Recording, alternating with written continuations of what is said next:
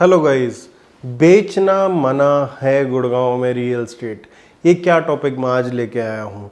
आज मैं आप लोगों को कुछ चीज़ें ऐसी समझाऊंगा जिसमें आप लोगों को बोला जा रहा है क्या आप अपनी चीज़ें पकड़ के बैठें और बिल्कुल ना बेचें।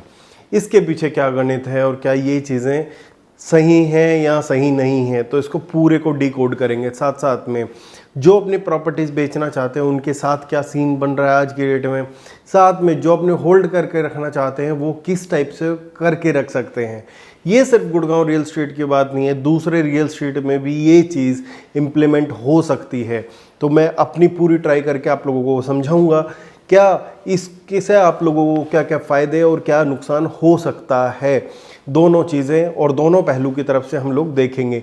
साथ में मार्केट की कुछ स्ट्रेटजी को डिस्कस करेंगे आप लोगों के साथ। नमस्कार दोस्तों, मैं हूं आपका भाई अरविंद डागर। स्वागत करता हूं आपके खुद के चैनल प्रॉपर्टी प्रोवाइडर्स में।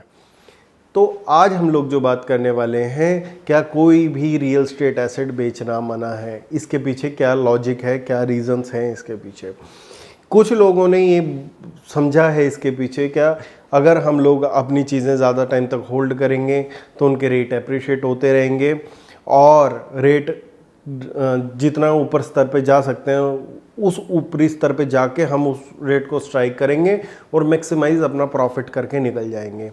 कुछ लोग इसको ऐसे देख रहे हैं क्या हम लोगों की प्रॉपर्टी अभी बहुत ज़्यादा अप्रिशिएट नहीं हुई है और अप्रिशिएशन होना और भी बाकी है और भी बाकी है। तीसरे लोग किस टाइप के हैं? तीसरे लोग उस टाइप के हैं जिन लोगों ने ट्रेडिंग के लिए प्रॉपर्टी ली है और आगे और पैसा भरने के लिए नहीं है और वो एग्जिट होना चाहते हैं। बट उन लोगों को ये बोला जा रहा है कि आप बने रहिए, प्रॉपर्टी में बने रहिए। तो जो तीसरे टाइप के लोग हैं वो ही मार्केट में सबसे खतरनाक हैं, जिनके पास आगे का पैसा नहीं है और जिनको एंड पॉइंट तक खींचा जा रहा है। तो हम लोगों को अपनी प्रॉपर्टी किस किस टाइम पे बेचनी चाहिए, ये सबसे इम्पॉर्टेंट पॉइंट आता है इन चीज़ों में। मुझे जो फील होता है, जो मेरी प्रैक्टिकल सजेशन है आप लोगों के लिए, सभी के लिए, प्रॉपर्टी कभी भी एक शॉर्ट टर्म एसेट रही ही नहीं है। ठीक है, आप लोग कहोगे क्या घूम फिर के सब लोग या आप लोग भी वहीं पे आ जाते हो। सबसे पहले प्रॉपर्टी एक शॉर्ट टर्म एसेट है ही नहीं। प्रॉपर्टी में आप एक वेल्थ जनरेशन के लिए आते हो और वो आपको जनरेट करनी चाहिए और वो होती है सिर्फ लॉन्ग टाइम के लिए। बट आज के टाइम में गोल दूसरा भी एग्जिस्ट करता है गुड़गांव रियल एस्टेट में। दूसरा गोल ये है कि हम लोगों को अपने जो प्रॉफिट है वो मैक्सिमाइज करके और साथ में रिटर्न निकाल के और एग्जिट होना है किसी भी प्रॉपर्टी से। तो इस टाइप के जो लोग हैं वो तो आप एग्जिट कर सकते हैं, बट उनके सामने या आज गुड़गांव रीसेल में जो बोला तो जा रहा है कि आप अपनी चीज़ों को पकड़ के बैठे, आप अपनी चीज़ों को ना बेचें। बट अगर वो बेचने भी निकलते हैं तो उनको बहुत फाइट आती है। फाइट किस चीज़ में? क्योंकि गुड़गांव में मोस्टली बायर आईटी कंपनीज़ का या तो एनआरआई है। ठीक है, ज़्यादातर जो आप लोग न्यू प्रोजेक्ट्स में भी देखते हैं और रीसेल में भी बहुत बायर है उनका। जो डेली का कस्टमर है वो स्प्लिट हो जाता है। वो स्प्लिट हो जाता है बिल्डर फ्लोर्स में, प्लॉट्स में, दीनदयाल प्लॉट्स में, साथ साथ में हाई राइजेस में। और जो आईटी कंपनीज़ हैं उनके एम्प्लॉयज़ हैं, साथ में एमएनसी में जो काम करते हैं वो एम्प्लॉयज़ हैं, एनआरआई हैं। इनका ज़्यादातर जो 90% जो यूज़र है वो लेता है हाई राइज अपार्टमेंट्स। तो यहाँ पे एक बड़ी जंग शुरू हो जाती है इन्हीं चीज़ों को लेके। अब पहले भी गुड़गांव में कंज्यूम हो चुका है डेली वाला क्लाइंट। ठीक है, आज ये बोल के कि आप मत बेचिए और आप ट्राई नहीं कर रहे हैं।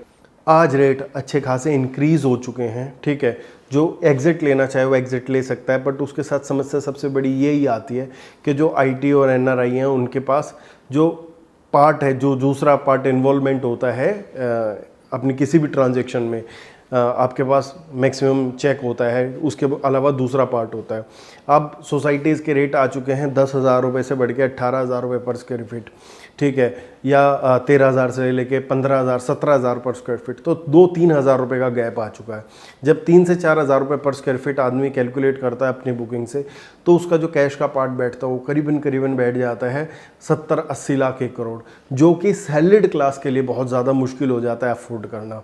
एक ये भी बहुत बड़ी वजह है कि लोग अब भी ये सोचते हैं और ये देखते हैं कि गुड़गांव रियल एस्टेट में छोटे टिकट साइजेस आए और मैं अपने प्रॉपर्टी को लेके और वो फर्दर करूं और उसको ही बुक करूं। इन इंस्टेड ऑफ मैं 50-60 लाख 1 करोड़ रुपए 1.5 करोड़ रुपए तक उसमें वो पार्ट डाल लूँ अपना, ठीक है, वो पार्ट डाल के भी मेरे को CLP प्लान मेरा कंटिन्यू रहेगा, या तो 35-40-35 वाला प्लान या 30-30-35 वट पेमेंट प्लान वो कंटिन्यू रहे। तो इतना लिवरेज नहीं होता जो सैलरीड क्लास वाले आदमी हैं उनके पास दूसरे पार्ट को लेके, मतलब कि ए पार्ट से जो दूसरा पार्ट है उसको लेके इतना चीज़ें नहीं होती। एक ये भी वजह बहुत बड़ी है जो मैं प्रैक्टिकली देख रहा हूँ रोज़ की रोज़ लोगों के साथ हो रही हैं। तो दिस इज़ नॉट डन, क्या अभी मत बेचें, इट्स इम्पोर्टेंट वो अभी बिकता है या नहीं बिकता है, ठीक है। अगर आपका बिकता है और आपको ये लग रहा है कि आपके पास और लिवरेज है या लोन की या और चीज़ों की, कि आप दूसरे एसेट में जा सकते हैं, दूसरा ही अपना रियल एस्टेट कहीं ना कहीं फ्लिप कर सकते हैं जहां आपको ज़्यादा अपॉर्चुनिटीज़ लगती हैं, तो मेरे ख्याल से फ्लिप करना चाहिए। बट रियल एस्टेट में फिर दोबारा से बोल रहा हूँ, फ्लिप करने वाली गेम नहीं है, क्योंकि आप यहाँ से निकलेंगे, आज आप एक अच्छी चीज़ पे बैठे हैं, ठीक है, दूसरी चीज़ आपको अच्छी मिले ना मिले, डिलीवर हो ना हो, आप छोटे प्लेयर के साथ जाएं, ठीक है, कहीं अटक जाएं, वो एक आपके साथ रिस्क हो सकता है। तो आप ये माइंड में रख के चलें कि कोई मैंने एसेट लिया उसको मैं लॉन्ग टर्म रखूँगा, उसको रखूँगा और उसको नहीं बेचूँगा, वो हो सकता है। बट ये सोच के क्या मैं साल 6 महीने और ना बेचूँ, मैं 6 महीने बाद बेच दूँगा, मैं 2 महीने और रख लूँ 2 महीने बाद बेच दूँगा, तो इन चीज़ों में शायद आप लोग अटक सकते हैं। बाकी मार्केट का सिनेरियो मैंने जैसे आप लोगों को बताया, क्या क्यों रीसेल का कस्टमर बहुत ज़्यादा आज की डेट में मार्केट में नहीं है, स्पेशली सिर्फ हाई राइज की रीसेल में जिसका रेट 18 से 20,000 17,000 रुपये पर स्क्वायर फीट लोग मांग रहे हैं, जिसका एप्रिशिएशन ऑलरेडी 4-4 5-5 हज़ार रुपये पर स्क्वायर फीट हो चुका। जो एक्चुअल क्लाइंट है वो मेरी बात से किसी हद तक सहमत होंगे, क्योंकि ये एक मार्केट का जो ट्रेंड है वो ही मैंने इस वीडियो में डिस्कस किया है। साथ साथ में अभी बहुत सी चीज़ें ऐसी चल रही हैं, क्या लोग कन्फ्यूज़न में हैं, क्या जैसे मैंने ये वीडियो बनाई तो लोग कहेंगे जी मेरा M3 सोलिट्यूड है मैं बेच दूँ, मेरा M3 मेंटालिया हिल्स है मैं बेच दूँ। अब मोस्टली क्वेश्चन लोगों के सामने ये आता है, वो बेच के आप लोगे क्या? अगर वो बेच के आप लोगों को कुछ मिल सके तो ही आप उसको सेल आउट करें, तो ही आप उसको लिक्विडेट करें। आज की डेट में 1-1.25 करोड़ रुपए में चीज़ें नहीं आती हैं, ठीक है। अब तो आप लोगों के अफोर्डेबल हाउसिंग 70-75 लाख रुपए की टच कर चुके हैं रेंज। तो जब अफोर्डेबल हाउसिंग 70-75 की रेंज टच कर चुके हैं तो आपको 2-3 BHK कहाँ 1 करोड़ 1.25 करोड़ से कम मिलेगा, तो आपको वो चीज़ लिक्विडेट क्यों करनी है? मुझे ये थोड़ा सा गणित आप लोगों को समझ नहीं आता, तो उसको लिक्विडेट ना करें आप लोग, ठीक है।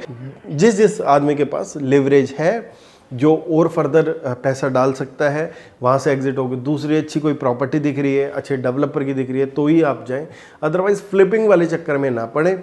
साथ साथ में जिसके अलग से कुछ प्लान्स हैं, ठीक है, और कुछ एसेट क्लास एक्वायर करना चाहता और कुछ देख रहा है चीज़ें और फिर उसको अपनी चीज़ लिक्विडेट करनी है, तो वो कर सकता है चीज़ों को लेके, बट रुकना मना है। ऐसा नहीं है कि अगर आप रुक रहे हैं ये सिर्फ सोच के क्या मेरा 2-4 महीने बाद 6 महीने बाद निकल जाएगा, हो जाएगा। अगर आपको अभी डिसेंट प्रॉफिट मिल रहा है तो आप लेके एग्जिट हो सकते हैं। अगर आपकी दूसरी जगह बहुत ज़्यादा रिक्वायरमेंट नहीं है तो फालतू की प्रॉपर्टीज़ फ्लिप करने से कोई मतलब नहीं बनता है, जहाँ तक मुझे लगता है।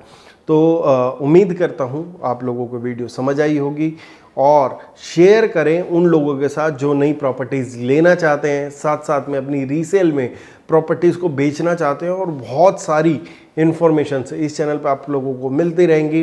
वीडियो को लाइक और चैनल को सब्सक्राइब करे बिना मत जाना। मिलते रहेंगे अगली वीडियोज़ में। धन्यवाद।